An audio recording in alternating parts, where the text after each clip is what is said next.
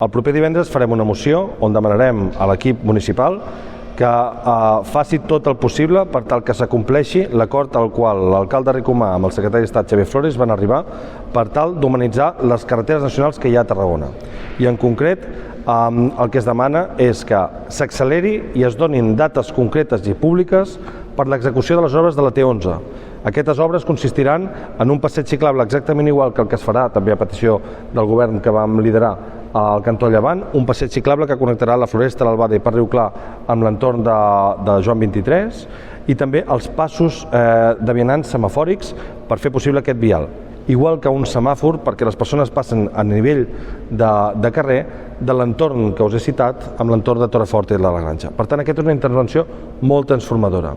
També ho és la de la carretera del Tanatori, que esdevindrà un carrer urbà amb voreres que ara no en té, il·luminació i pavimentació nova. Això també li demanarem a l'alcalde Viñuales que enceti ja mateix les negociacions amb l'Estat per recepcionar la Nacional 240, cosa d'interès per Sant Pere Sant Pau i per Sant Salvador. Aquest vial ha de tenir també un passeig ciclable exactament igual que el que projectem a Llevant i que el que projectem a Ponent. Exactament igual. Al proper ple de l'Ajuntament de Tarragona es posarem una moció per donar un impuls definitiu a la transició energètica a la ciutat de Tarragona. El que volem és que hi hagi una col·laboració molt estreta i potent amb l'energètica pública de Catalunya. Considerem que serà la millor fórmula per obtenir una transició exitosa i eficaç.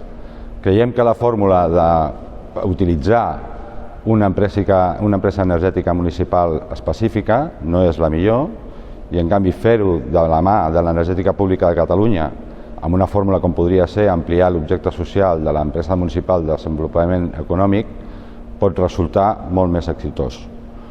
Parlem d'optimitzar els recursos, de donar potència als projectes i també de donar veu a la ciutadania